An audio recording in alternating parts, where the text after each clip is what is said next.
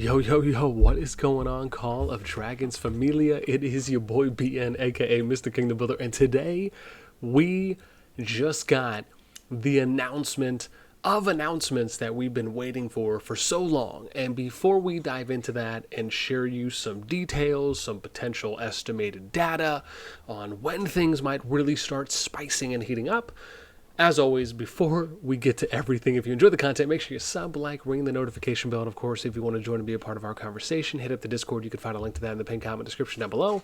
We're going to be talking about a couple things today. Number one, update on where we're at with current pre-registrations. You can see here on the screen, right, we're at 220,000 plus, nearing 221,000, right, already halfway over that first tier mark. And with the way the pace is going, I would be surprised if whenever global release comes out, they're not at least at 400K. So again, pace is great, lots of interest in the game right now, and for those of you who haven't had a chance to check it out yet, I think I have it as my featured video on my channel, just to give you a little bit of information on kind of what Call of Dragons is, a little bit of my hype around it, why I think it is a standout within the genre. And now, let's go ahead and dive into the next big part, which is going to be number two. So number two here is going to be showing you the announcement that just came out. What is this? What am I at? 3? So what, 5? Less than 5 hours ago? I guess my time, technically. So we have here from Cheesecake himself, Dear Lords, we are glad to announce that a new beta server, yes, you heard that right, so we're still technically in beta. This means we're going to have 2, right, will be launched on September 15th. Today is the 13th, so we're looking at 2 days from now. Many of you have been eagerly awaiting to experience the world of Tamaris, and we can't wait to welcome another batch of Lords soon. Don't miss out, right? And then bam, they got the new beta server. That's going to be coming out. So a lot of hype around this. Again, before we get into my last kind of third point that I'm going to talk about today, a few things that we don't really know as of yet. So we don't know what time, for example, S2 is going to be releasing. We don't know if they're going to go off of pre-registrations and they're going to send invites out. Are they just going to open the server and it's kind of first come, first serve, whoever gets in, and then once it fills up, they'll just close it off? I mean, to me, don't get me wrong, pre-registrations are nice, but if you're not going to be using them, right? And because a few people I talked to that got into S1, some mentioned they did not get an invite from an email to get access. So again, I'm not sure if maybe it was one of those things where like they registered with the email, but it didn't let them in because the email they registered with wasn't was the one that they joined or wasn't the one they joined and it didn't let them. So again, I'm not sure what the technical details are there. However, we'll find out obviously once the day comes. I just thought that was an interesting point to make because, again, I know a lot of us, myself included, are really looking forward to trying to get into S2. So, you know, if they just did it as a first come, first serve, that'd be cool, you know. Again, I can understand maybe the pre-registration is more of, hey, we're just trying to hit milestone titles, and they're not really going off of that. It's just more of, hey, how many can we get? And then if we hit these tiers, we'll give out these free rewards. Maybe that's how it goes. So it'll be interesting to see how that plays out. However, before we get to number 3, I want to touch on one more thing. So if we go here to Gen Chat, I did a little bit of investigating. And what I found out here was I was able to look in game to see when the last maintenances were done, kind of around the time. So you can see here, nothing really too specific. The range that I was able to find was between 4:51 UTC and 11:30 UTC, which again is off of in-game time. So you'll have to see what that in-game time is, and then obviously see what time it is your time once in-game time hits this time, without saying time so much. We know that S1 was released around 125 UTC. I did the math on that. So again, I would say, you know, 125 UTC is probably give or take the first one to look at going into the 15th.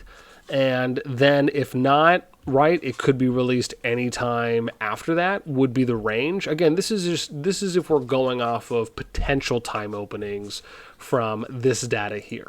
So it'll be interesting to kind of see, you know, how those things play out. The last one I'm going to show you here, which is going to be, again, for point 3, right, my project that we're doing for S2, which is specifically kind of a learning and a development project. So it's very different than, or it is going to be different, I'll say, than a standard project going into a kingdom. The main reason why is because when you're going into beta servers, sometimes there's limitations that are put on, right? They might have a cap on how many people can join. I think that's pretty evident when we look at S1, because with S1, if you look at the status for the kingdom in-game, which again, I can't necessarily show right now, but it doesn't say full, right? It says available, which is green, right? So there's green, yellow, and red. It doesn't show full. Now, you can make the argument that maybe it was full at one point, but then because of maybe player drop off or whatever, just depending on, we just don't know how they factor it, right? So my bare minimum assumption is that it's based on the amount of people that actually create an account in the kingdom, because it would be hard for them unless they have some type of back-end thing that factors into the algorithm of knowing how many players are currently active, and then that is what the status updates to for the kingdom itself.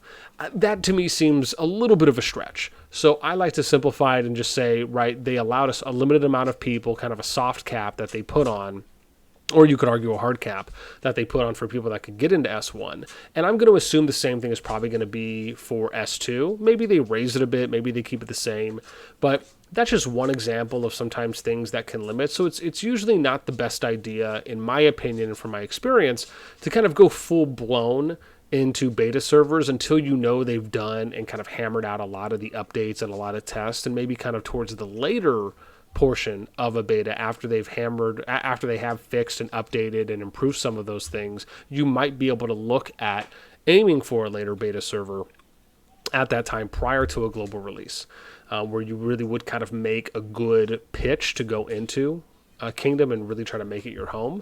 For our project, it's more of, I have a lot of friends across the kingdom builder genre from multiple games that I've had the opportunity and the pleasure to play with and meet and build good relationships with over the years.